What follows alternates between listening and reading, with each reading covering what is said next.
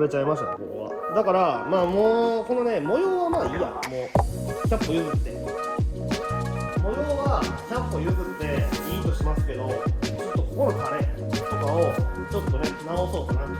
思うんで、これを塗って、最後です。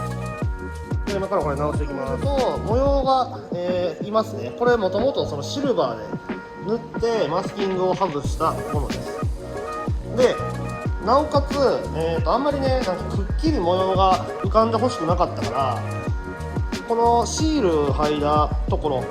の周辺をこうねペーパーで撫でて、まあ、板金とかでいうところのフェザーエッジっていうねこのやつかなっていうぐらいのこのぼやかし具合にしてます。全部模様をねある程度くっきりは嫌やったのね。で、その上から、茶色の、半クリアみたいなのを入れると、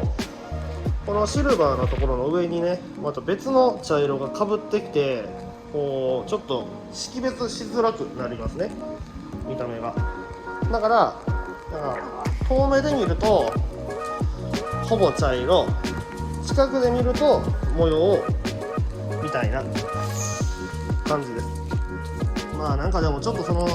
木目調にしたの失敗でしたねいらんことせんだらよかった。まあ、これもねロゴ SG ワークジャムのロゴを、ここもねそうこれもこの SG ワークジャムのロゴを貼って、またこの研いでこの縁をねぼやかして、っていう感じの塗り方をしてますね。であと2回、茶色クリア塗って、ノーマルクリア塗って、もうこれでね終わりにしたいと思います。